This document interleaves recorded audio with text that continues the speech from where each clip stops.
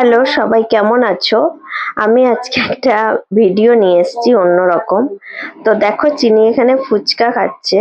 তো চিনি আজ মামা বাড়ি এসছে। তো আমরা বাড়ি থেকে সবাই আজকে ফুচকা খেতে গেছি।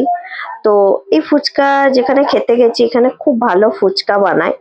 তাই আমরা খুব, মানে সবসময় তো এতটা দূরে আসা হয় না, খুব কম আসা হয়।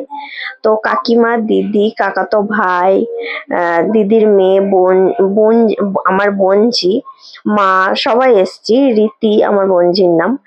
তো দেখো এখানে চিনি ফুচকা খাচ্ছে। ও খুব আনন্দ পেয়েছে ফুচকা হাতে পেয়ে। এই যে ওর দাদা ভাইও চলে এসছে, চিনির দাদা ভাই, মানে আমার দিদির ছেলে রিজু।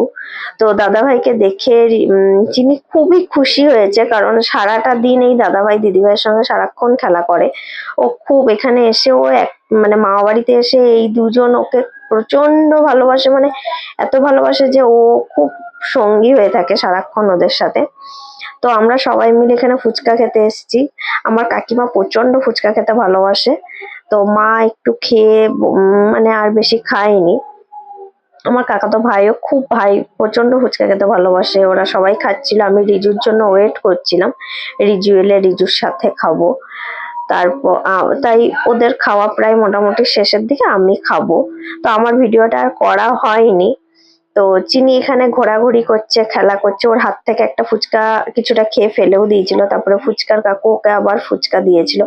এই ফুচকার কাকুটা আমাদেরকে খুব ভালো করে চেনে, কারণ আমরা ছোটবেলার থেকেই আসি এখানে ফুচকা খেতে। কিন্তু মানে কি বলে যে, সব সময় তো আসতে পারি না, মাঝে মধ্যে আসা হয়। আর রবিবারে এনার ফুচকা তাড়াতাড়ি শেষও হয়ে যায়, খুব ভালো ফুচকা বানায়। আমরা চেল মোড়ে আর কি, আমাদের সোনামুখীতে একটা জায়গা আছে চেল মোড়, ওখানের ফুচকা। তো চলো আজকের ভিডিওটা আমি এখানেই শেষ করছি। টাটা, সবাই পাশে থেকো।